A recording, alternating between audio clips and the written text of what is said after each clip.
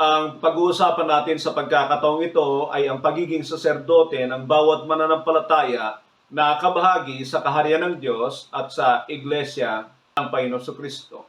Napakahalagang unawain ito ng mga mananampalataya sapagkat makikita po natin ang paniniwala ng mga ilang relihiyon tungkol dito ay hindi po tumutugma sa sinasabi ng banal na kasulatan. At malamang ay makikita rin po natin ang bagay na ito sa mga nagsasabing mga Kristiyano na sila ay bumabalik doon sa forma na ang iilan lamang ang mga manggagawa ng Diyos na nangangahulugan ito ng katulad ng kalalagayan ng mga Levita sa Lumang Tipan. Iayos po natin ang mga bagay na ito sapagkat malamang din sa ating iglesia ay inaakala natin ang mga pastor lang o mga leader o ang mga gumagawa lamang sa araw ng linggo ang siyang tanging mga saserdote sa ating mga iglesia. Isa naman sa mga napansin ko ay kapag nababanggit yung tinatawag na royal priesthood sa 1 Peter 2:9 ay tuwang-tuwa na malaman ang kanilang kalalagayan bilang gayon. Subalit, ang tanong ay kung sila naman ay umaasta bilang mga saserdote ng dakilang Diyos sa kasalukuyan. Kaya napakahalaga na itanong natin sa ating mga sarili, kung ako ay saserdote ng Diyos, ako ba ay umaasta, gumagawa o kumikilos o nag-iisip bilang isang tunay na saserdote? Unawain po nating mabuti ang bagay na ito sapagkat ako'y naniniwala na isa ito sa mga panukala ng Diyos sa ating buhay. Bakit niya tayo inilagay sa ganitong kalalagayan ay dahil sa ito ay napakahalagang bagay na nararapat naman ay maunawaan natin at maisabuhay po natin. Mula nung pumasok ang kasalanan sa sangkatauhan ay naniniwala ako ng pangangailangan ng saserdote. Ang ginawa ng Diyos pagkatapos na magkasala si Adan at si Eva doon sa Hardin ng Eden, na nanggawan sila ng damit na alam naman natin na meron na silang kasuotang dahong kanilang pinagtatagni-tagni ay hindi talaga yung balat ng hayop ang kailangan nila. Marahil ay isa nga po yun, subalit ang nakikita kong dahilan doon ay yung pangangailangan ng dugo upang takpan ang kanilang mga kasalanan laban sa Diyos at magkaroon muli ng kaugnayan si Adan at si Eva sa Kanya, na kalaunan ay makikita natin na ito ay tuloy-tuloy ng ginagawa ng mga nabuhay sa mga kapanahunan yan hanggang sa maging batas sa panahon ng mga Israelita na alam natin na nailagay ang mga Levita bilang mga saserdote.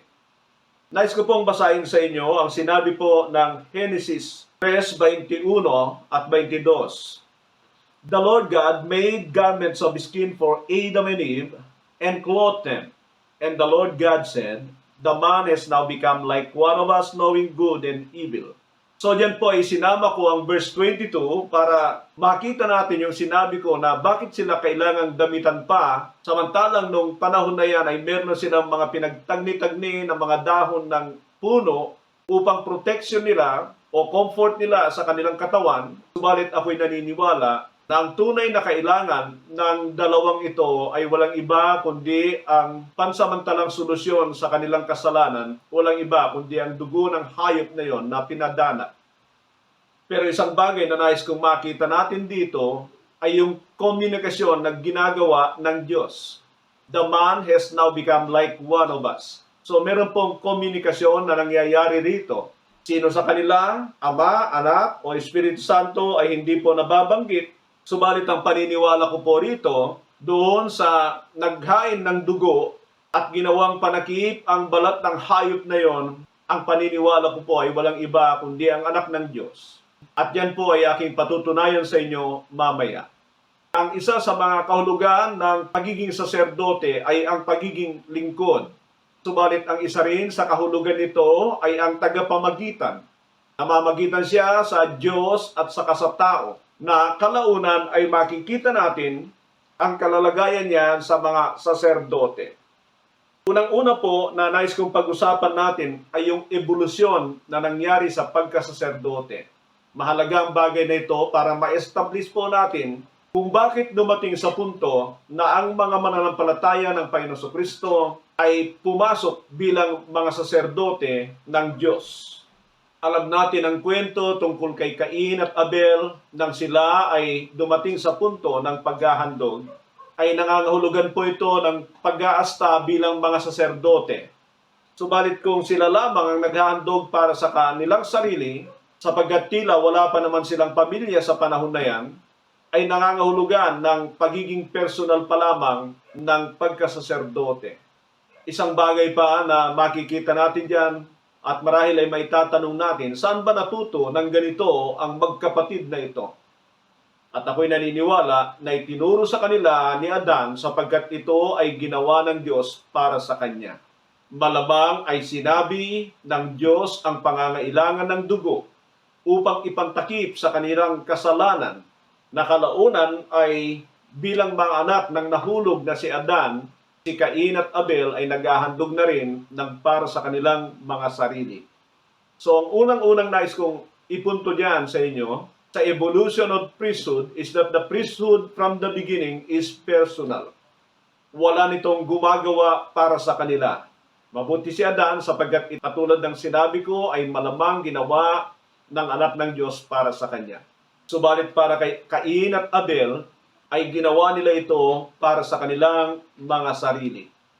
At alam natin na ito ang naging dahilan ng pagkakaroon ng sama ng loob ni Cain kay Abel sapagkat kapag binasa natin ang kwento tungkol sa dalawang ito, ang handog ni Abel ang tinanggap ng Diyos at kay Cain ay hindi po niya kinalugdan.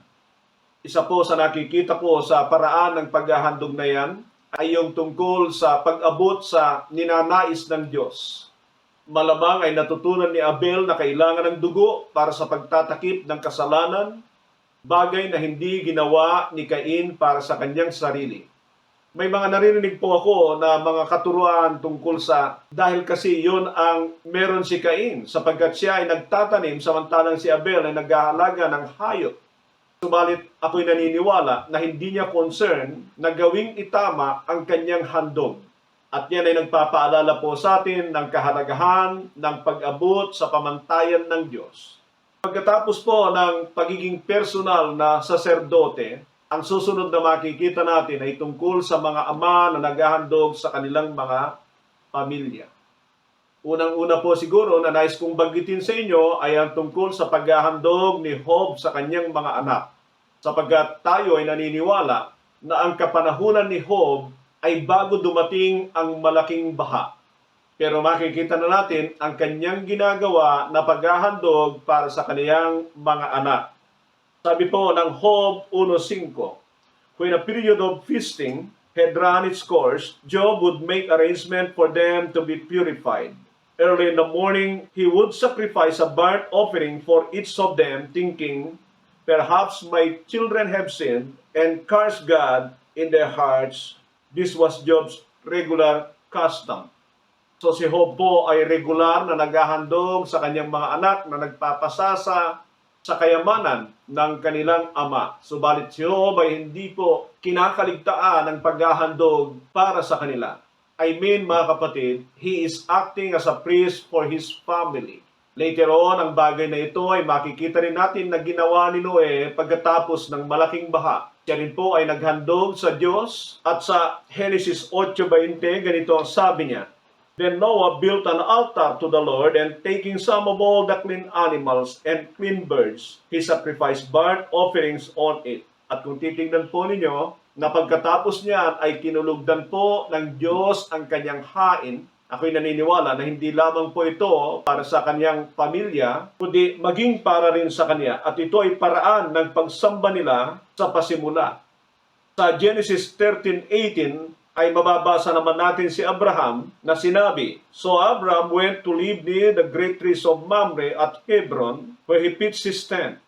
There he built an altar to the Lord. And of course, kapag nakakabasa tayo ng mga altar, ay lagi po yung may kaakibat na dugo na nangangahulugan ng paghahandog. Pero muli ay ipapaalala ko po sa inyo na ang ipinapakita ko sa inyo rito ay ang evolution ng priesthood. From personal, acting as a priest for their family, hanggang sa dumating sa panahon na ang Israel ay nabuo na bilang bansang pinili ng Diyos, ay nagpapatuloy na ginagawa ito ng kanilang mga ama sa kanilang pamilya. At kung maalala nyo doon sa Exodus 12:3 and 21, bagamat ang binabanggit na maghahandog para sa kanilang mga pamilya ay tinawag na leaders, pero kung itutuloy po ninyong aninagin, yung mga leaders na yon ay walang iba kundi ang kanilang mga ama sa kanilang pamilya, nagagawa ng kanilang pagsasalusaluhan sa tinatawag na Passover. So from personal to fathers and then the leaders. Bago natin puntahan ang kapanahunan ng mga Israelita, ay nais ko munang ipakita sa inyo ang pangalawa, at ito ay ang mga tungkol sa mga paganong saserdote. That they were also pagan priests during that time. Now, marahil ay sasabihin ninyo, Pastor, kung pagano si Jethro, ay tila bakit naging tagapayo ni Moises si Jethro? Sasagutin ko po yan, pero tingnan niyo muna itong bagay na ito. Sa Genesis 41:45, ganito po ang sabi. Pharaoh gave Joseph the name Satnat-Paneah and gave him Asenat, daughter of Potiphera, priest of On, to be his wife, and Joseph went throughout the land of Egypt. At ang tungkol diyan ay mababasa natin muli sa 46:20 ng Genesis din. So kung mapapansin po ninyo na yung asawa ni Joseph, Joseph the dreamer po ito, ay anak po ng isang Potiphar o Potiphera na tinatawag na priest of On. At pagkatapos ay sa Genesis 47:22, however, he did not buy the land of the priest by espoyan, because they received a regular allotment from Pharaoh and had food enough from the allotment Pharaoh gave them. That is why they did not sell their land. Dito naman po ay mapapansin natin na marami po mga saserdote, pero sila po ay labas sa lahi na pinili ng Diyos na manggagaling kay Abraham. Kaya ko po sila tinatawag na mga paganong saserdote sapagkat during that time ay meron na pong tinatawag na ethnic division. Na yan po ay wala sa panahon ng mga nauna nating binanggit na naghahandog o gumagawa ng mga paghahandog maliban kay Moises sapagkat siya na nga po ay galing sa lahi ni Abraham. Sa Exodus 2:16 ay dito natin mababasa ang kwento nga tungkol sa biyenan ni Moises na isa ring saserdote at kung bakit siya pinapakinggan ni Jethro, at yan po ay dahil sa pagbibigay galang bilang kanyang pangalawang magulang.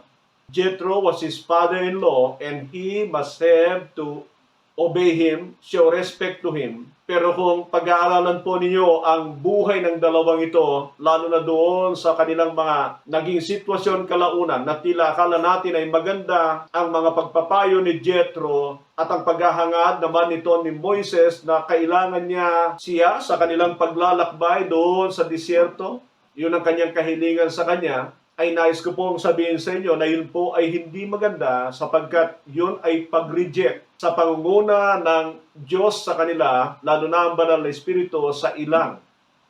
Malala ko yung sinabi ni Moises sa kanya, you will be our eyes in the desert. At yan po ay mga pagkukulang ni Moises sa harapan ng Diyos dahil ang Diyos naman po ang talagang nangunguna sa kanila araw at gabi, nandyan ang ulap sa araw, at nandyan ang haliging apoy sa gabi bilang kanilang giya. At yan po ang ibig ko sabihin na kamalian ni Moises na hilingin niya na si Jethro ang kanilang magiging mata sa disyerto.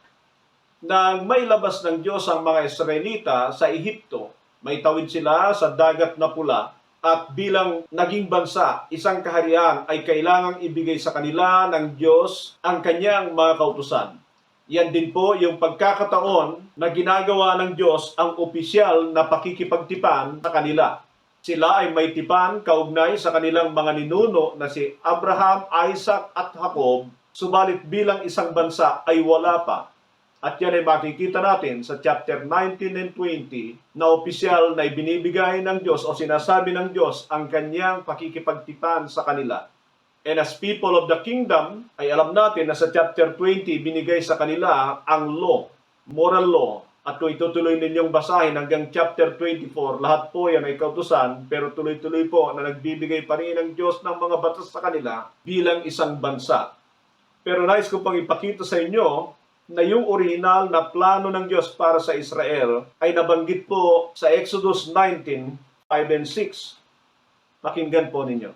Now, if you obey me fully and keep my covenant, then out of all the nations you will be my treasured possession. Although the whole earth is mine, you will be for me a kingdom of priests and a holy nation. These are the words you are to speak to the Israelites. Yan po ang sinasabi ng Diyos kay Moises. He is now taking the Israelite as a covenantal nation to him. Pero kung makikita po ninyo, ay binanggit ng Diyos sa kanya that He was choosing this nation as a kingdom of priests for Him and a holy nation. So ang original na plano ng Diyos sa kabuuan ng Israel is that they are a kingdom of priests. Mahalagang tandaan po ninyo yan sapagkat kalaunan, yung plano ng Diyos na yan ay ipapakita ko sa inyo na nangyari lamang na nagkatotoo doon sa mga tumanggap ng paghahari ng Diyos sa kanilang buhay na handang gampanan ang kanilang pagiging saserdote para sa Kanya. Nasabi ko po yan sapagkat alam natin ang kwento na hindi po nagtagal itong panukala ng Diyos na ito, itong plano ng Diyos na ito, sapagkat hindi pa man nasasabi ni Moises sa kanila dahil umakyat sila sa bundok kasama ang kanyang alalay na si Joshua upang kunin ang tipak ng bato na kinatititikan ng kautusan, ay naratnan niya sila na sumasamba na sa gintong guya. Na yung Moises na dating pumipigil sa galit ng Diyos sa mga taong ito sapagkat nakita na ng Diyos ang kanilang ginagawa, ay siya naman ang nagalit at hindi lamang ibinato yung tipak ng bato na kinatititikan ng mga utos ng Diyos, hiniling din niya na sino mang kakampi sa kanya ay hugutin ang kanilang mga tabak, pumaron at pumarito, at paslangin ang sino mang gumagawa ng mga karumaldumal sa mata ng Diyos. At pagkatapos gawin ito ng mga Libita na siyang kumampi sa kanya, ay sinabi ng Diyos sa kanya ang plano niya para sa mga Libita na silang itinalaga ng Diyos bilang mga saserdote na sa kanya. Sa Exodus 32:29, Then Moses said, You have been set apart to the Lord today, for you were against your own sons and brothers, and He blessed you this day. Kapag itinuloy po ninyo yan, ay makikita nyo that God has rejected the priesthood of the entire nation. And then ito ay ibinigay niya sa mga Levita na lamang. Nag-fail ang plano ng Diyos na yan sa mga Israelita, pero narinig nyo na sa akin na lagi kong sinasabi, hindi mo pwedeng baliwalain ang plano ng Diyos sapagkat yan ay gagawin at gagawin niya. Malala ko yung sabi ng Job 42:2, No one can thwart the plan of God. At ang pagiging saserdoteng yan, ng buong buo, ay alam natin na mangyayari sa buhay ng mga mananampalataya ang mga tunay na kabilang sa Iglesia ng Diyos. Ang ikaapat na bagay na nais kong matutunan natin tungkol sa bagay na ito ay yung mga ilan pa tungkol sa pagiging saserdote.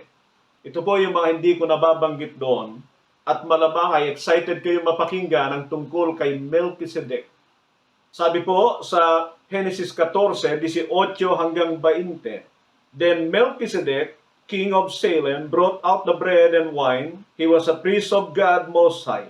And he blessed Abram, saying, Blessed be Abram by God Most High, creator of heaven and earth, and praise be to God Most High, who delivered your enemies into your hands. Then Abram gave him a tenth of everything.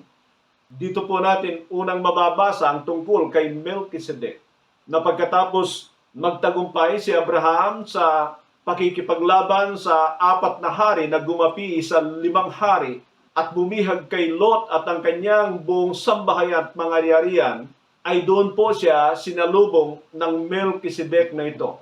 There was no history about him at the beginning na dito ay biglang lumabas upang pagpalain ang lingkod ng Diyos na ito. At mapapansin po ninyo na hindi siya pwedeng tawaging saserdoteng pagano because he was a priest of God Most High. Kahit po sa aklat ng Hebreo na ilang beses binanggit si Melchizedek, ay hindi po binibigay ang kanyang pinanggalingan. Ang mababasa lamang po natin dito that he was king of Salem. Hari din po siya. At yan ay mababasa na natin ng paulit-ulit sa aklat ng Hebreo that he was a high priest. At ang Panginoong Kristo kalaunan ay alam natin na ikinukumpara ito sa kanya. So he was a special kind of priest from the beginning. Huwag po nating isipin nang sabihin ng Diyos, nung magkasalang tao, he is now become like one of us. I don't think so. Hindi po siya yon. Bagamat later on sa aklat ng Hebreo ay paulit-ulit na pinagkukumpara sila ng Panginoon, ang assessment ko pa rin ay ibang Panginoon sa Kanya. At naniniwala ako na ang Panginoon Kristo, ang anak ng Diyos bilang saserdote, ay hindi siya si Melchizedek. Subukan po ninyong basahin ito sa aklat ng Hebrews chapter 5 to chapter 7 na kung saan ay paulit-ulit po siya na nagbibigay ng maliliit na detalye tungkol dito kay Melchizedek at patunayan po ninyo itong aking mga sinasabi that Melchizedek is not the Son of God, Jesus Christ, the High Priest. Isa pa tungkol dito sa more about the High Priest ay nais kong ibigay sa inyo yung sinasabi ng Psalm 110 verse 4. I, the Lord, has sworn and will not change his mind. You are a priest forever in the order of Melchizedek. At kung titingnan po ninyo, ito po yung prophetic promise from the mouth of a psalmist na darating ang isang araw na magkakaroon ng saserdote in the order of Melchizedek. At nais ko pong sabihin sa inyo na ito na po ay tumutukoy tungkol sa Panginoong Kristo. Kung titingnan po natin ang lahat ng mga ito, ay makikita natin ang isang katotohanan na ang Diyos mismo ay naniniwala at malamang siya nagpapanukala, katulad ng nakita natin sa Genesis, na mahalaga ang papapilan ng mga saserdote. Katulad ng sinabi ko, sila ang mga tagapamagitan sa Diyos at sa tao. They are the people chosen by God for the benefit of the people. Mahalagang huwag nating kalimutan ang katotohanan yan. So kung pag-aaralan po ninyo ang buhay ng mga saserdote, lalo na dito sa mga lahi ni Aaron, mga saserdote, punong saserdote na nagmula sa lahi ni Levi, ay makikita nyo mamaya na meron ding mga kaganapan na kaya nagkaroon ng high priest o ng mga high priest at nagkaroon ng mga ordinaryong saserdote ay gawa pa rin ng kabiguan ng mga saserdote. Kaya't hanggang sa panahon ng mga hari, ng mga propeta, ay makikita natin that there are always those who are called the lineage of the high priest and the lineage of the ordinary priest. At yan po ay isang bagay na kailangan nating malaman tungkol sa kalagayan ng mga saserdote. Dumami man ang bansang Israel, nahati man nito, nandyan pa rin ang pangangailangan nila ng mga saserdote. Pero lagi nating tandaan yung sinabi ng Panginoon na ipinangako niya sa awit 110, talatang 4. I, the Lord, have sworn and will not change his mind. You are a priest forever in the order of Melchizedek. Punta na tayo sa panahon na dumating ang Panginoong Kristo dito sa mundong ito.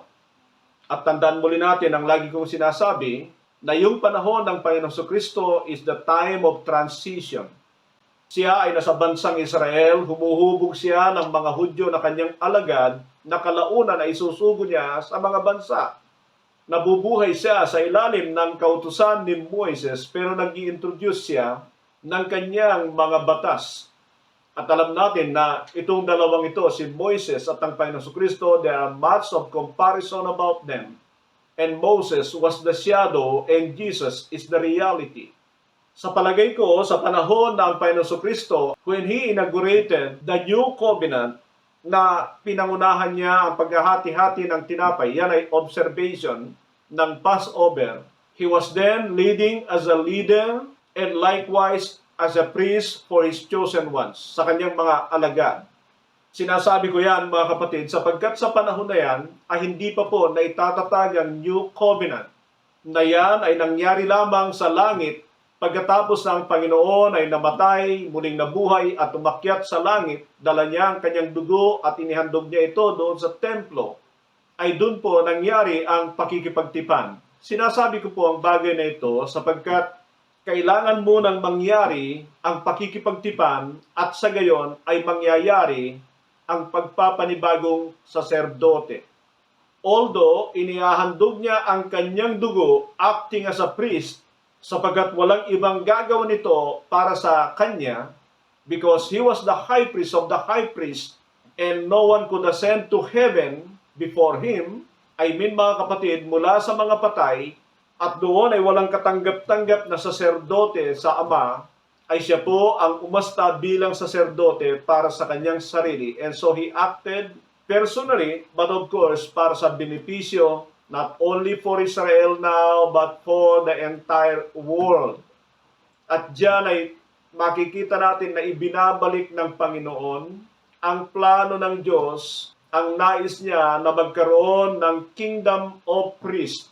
Malala nyo sa Exodus chapter 19 verse 5 and 6 that the Israelites were chosen as a kingdom of priests supposed to be. Pero sabi ko nga, they failed. And in the leadership of Moses, the priesthood of the Levites, they failed again and again and again and again.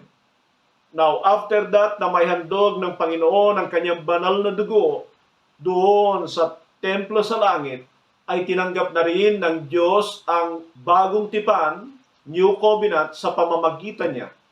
At later on, ay makikita natin, He will be sending His Holy Spirit, at sino mang tatanggap sa banal na Espiritu, ay ito yung mga pinipili ng Diyos na isama sa kanyang mga katipan.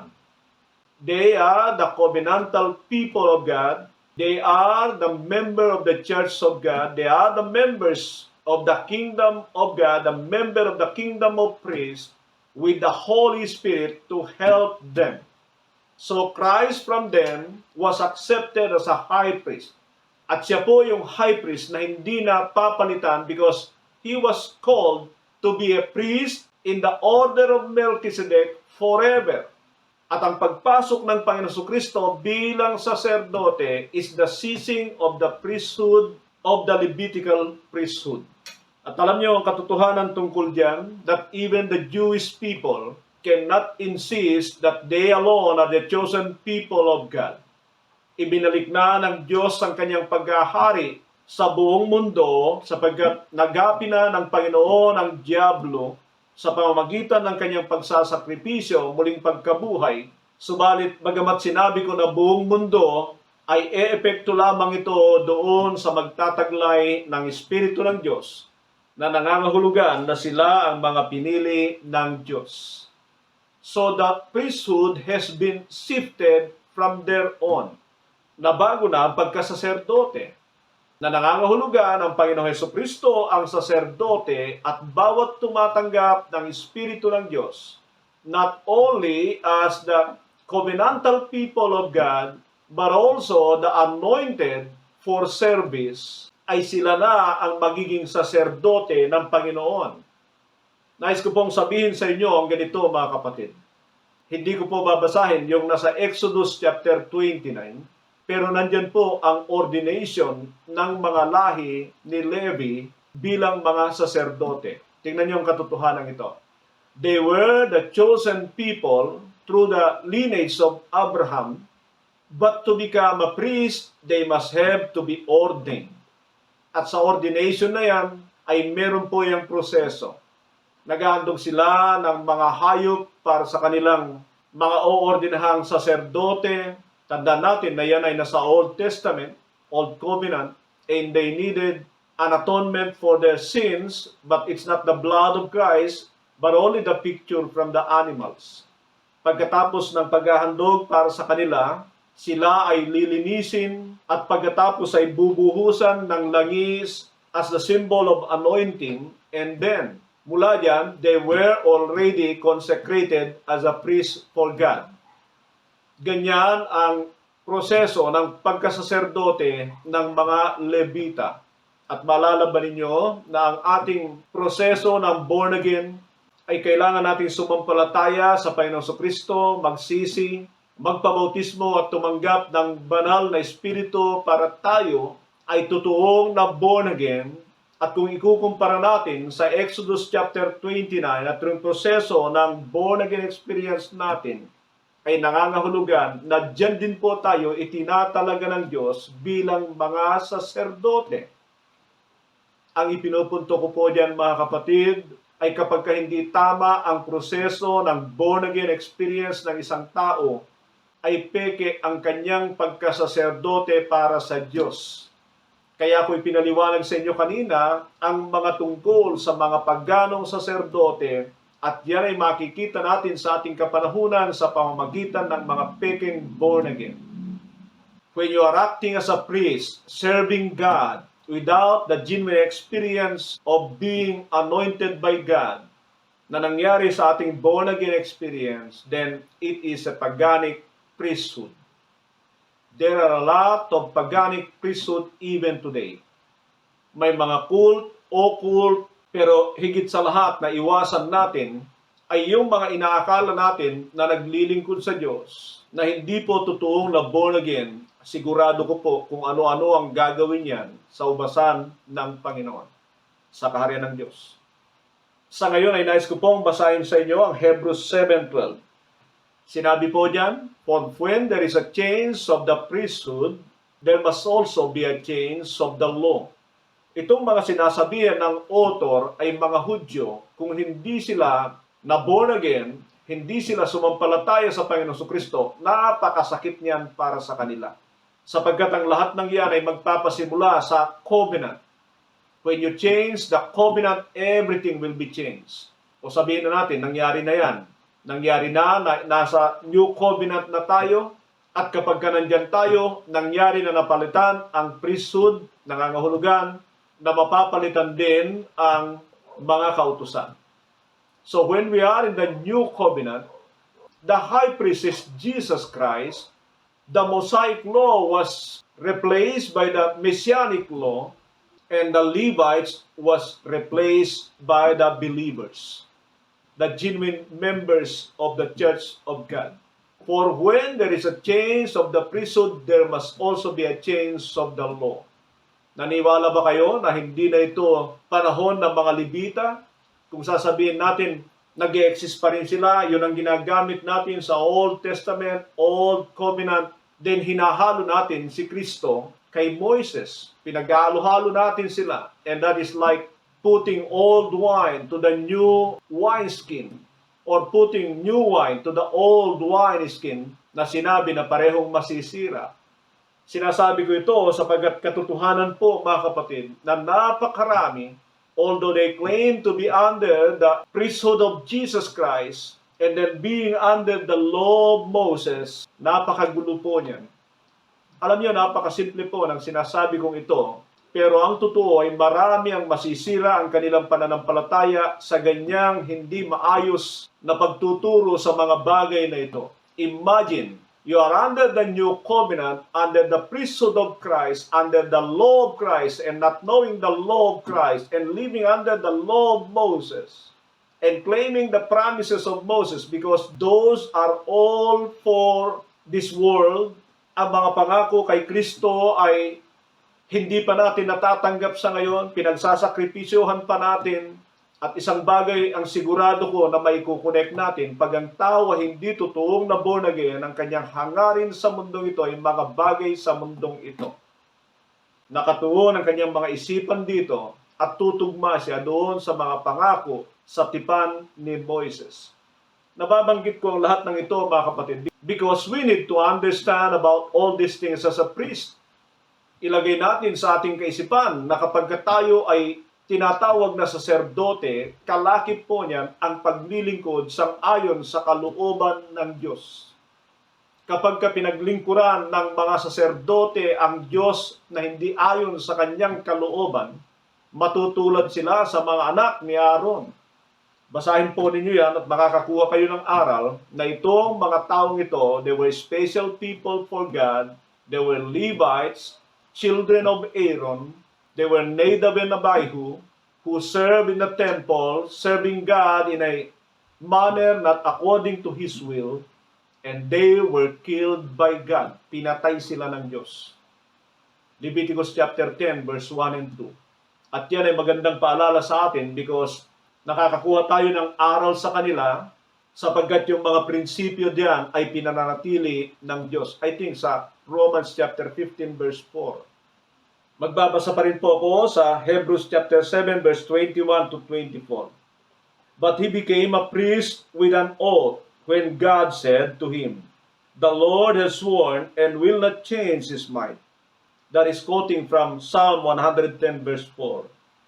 You are a priest forever. Because of this oath, Jesus has become the guarantor of a better covenant. So diyan ay mababasa natin na nagsasama-sama yung covenant, better covenant. That means ito yung new covenant na alam natin na higit kaysa sa lumang pakikipagtipan ng Diyos. At dahil hindi na siya mamamatay, he is a priest forever. Hindi katulad ng mga naunang Levita, napapalit-palit sila every time na namamatay yung punang saserdote, magpapalit na naman yan. But the high priest of the new covenant is Jesus Christ and will not cease to become the high priest. Kaya naunawaan po natin na nabago na ang pagkasaserdote. Naniniwala po ba tayo diyan? Kung hindi tayo maniniwala na ang punong saserdote si Kristo, nandun tayo sa lumang tipan, doon kahit kailanman na hindi maaaring magiging saserdote ang mga hindi galing sa mga Levita. Ngayon po ay nais kong basahin sa inyo ang 1 Peter 2, 5 and 9. Sa verse 5, sabi po rito, "You also like living stones are being built into a spiritual house to be a holy priesthood." Nabanggit po diyan. Hindi ko po ma-establish kung ang audience ni Peter ay mga Hudyo o yung kanyang recipient sa kanyang letter na ito. Pero isang bagay ang sigurado ko, mga mananampalataya ito. By the way, ang recipients na mga kapatid ay in-address niya as an elect. I think ito ay sa verse 1 and 2. And the fact na ina-address sila na scattered throughout the world ay malamang mga Hudyo po sila. Karagdagan pa ay sapagkat si Pedro ay apostle to the Jews. Magkagayon pa man po ay sigurado na mga Kristiyano ang kanyang sinusulatan, mga pananampalataya ng Panginoong Hesukristo. Sabi po ng verse 9, 1 Peter 2:9, "But you are a chosen people, a royal priesthood, a holy nation, God's special possession, that you may declare the praises of Him who called you out of darkness into His wonderful light." Kaya ko nasabi yung pagdududa ko kanina na ito ay mga Hudyo o hindi, ay sapagkat yung sinabi niya sa verse 10 na once you were not a people, once you have not received mercy, na sa tingin ko ay tumutukoy sa mga hentil na labas sa tipan ng Diyos nung una.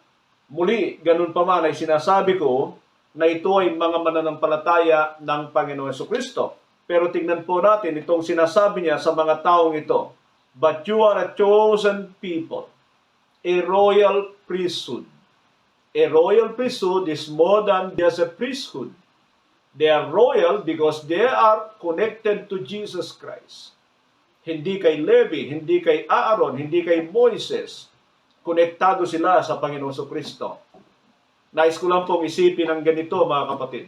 Bakit kaya aangkinin ng marami? Nakita ko po ang katotohanan ito na maraming mga nasagawain ng araw na pagka binabasa itong royal priesthood, ay talaga namang tuwang-tuwa sila, nagsisigawan sila, amen, amen, amen.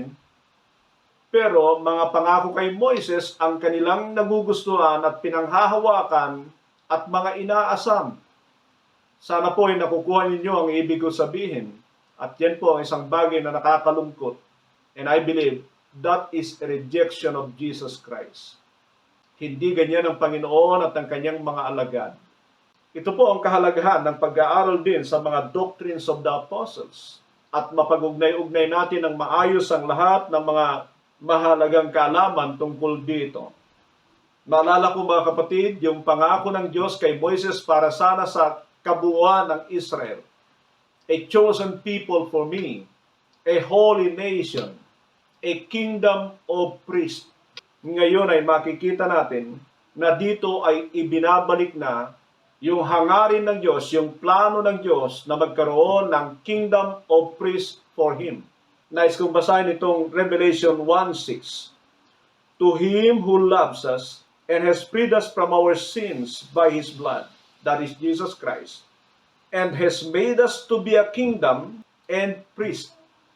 Pansinin po ninyo ang katotohanan dito, it's not a kingdom of priest. It is a kingdom and priest, hindi kingdom of priest. Ang mga mananampalataya ay ginawa ng Panginoon na kaharian. At yan ay mahalagang maunawaan natin. When we say we are the kingdom of God, the kingdom of God is within you. Luke 17:20-21 ay makikita natin na nangangahulugan ng paghahari ng Diyos sa ating puso. And then we are the priest, the royal priesthood. At ang sabi niya rito, and priest to serve his God and Father, to him be glory and power forever and ever. Amen. So bukod po dyan sa nakikita natin that we have become a kingdom of God, kingdom of the Messiah, we are also His priest. Mga saserdote tayo. Tandaan ninyo, ang sinusulatan sa aklat ng pahayag, ang unang recipients nito ay mga taga-Asia Minor, the 7 churches. Pero ang punto ko dyan ay mga hentil po sila. They are Gentiles.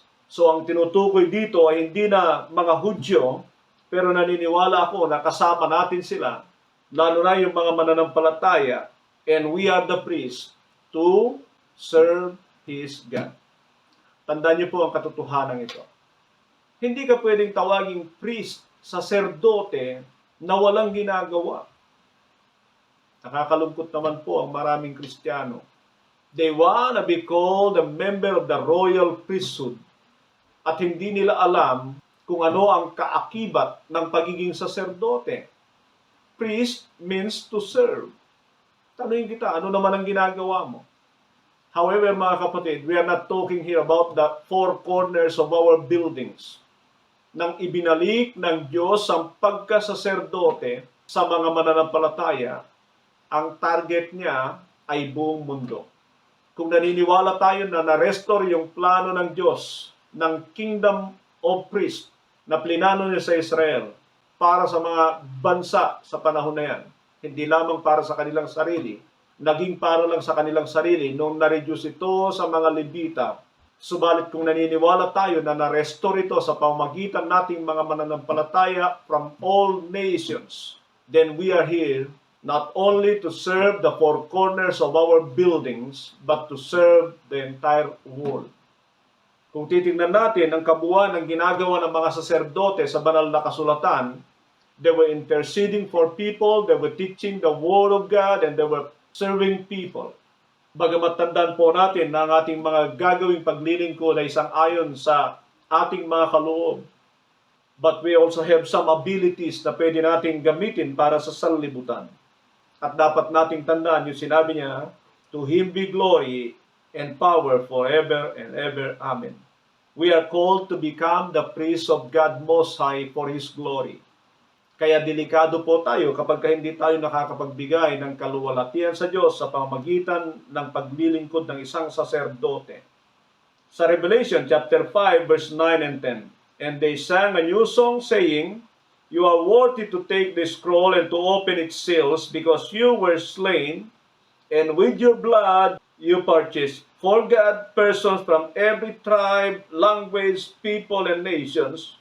You have made them to be a kingdom and priests to serve our God, and they will reign on the earth. Napakarami po nating katotohanan makikita rito, mga kapatid. Yung pundasyon po nito is about what Christ has done for us, giving Himself para tayo ay masagip sa ating kalalagayan. Binili niya tayo mula doon. Kapag sinabing He purchased for God people from every tribe, language, people, and nations, ay nangangahulugan parang mga alipin po ito na inari ng Diyos para sa Kanya. At mahalagang bigyan natin ng diin ang bagay na yun, that we were once slave of this world, but God has purchased us, accepted us, and made us to be priests to serve our God. Inulit po niya yun, to serve our God. At meron pa siyang pangako, and they will reign on the earth.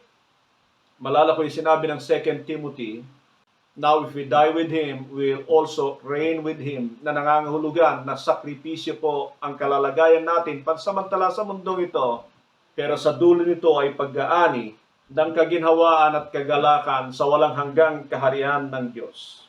Sabi pa sa Revelation chapter 20 verse 6, "Blessed and holy are those who share in the first resurrection. The second death has no power on them, but they will be priests of God and of Christ and will reign with Him for 1,000 years." Nais kong makita natin ang katotohanan ito, mga kapatid. Sa kasalukuyan, sa ating kalalagayan, ay nakikita natin ang pagkasaserdote bilang isang malaking responsibilidad. Sinasabi ko po yan para tumugon tayo ng tama. We are priests for God. Being a member of the priesthood today is a responsibility.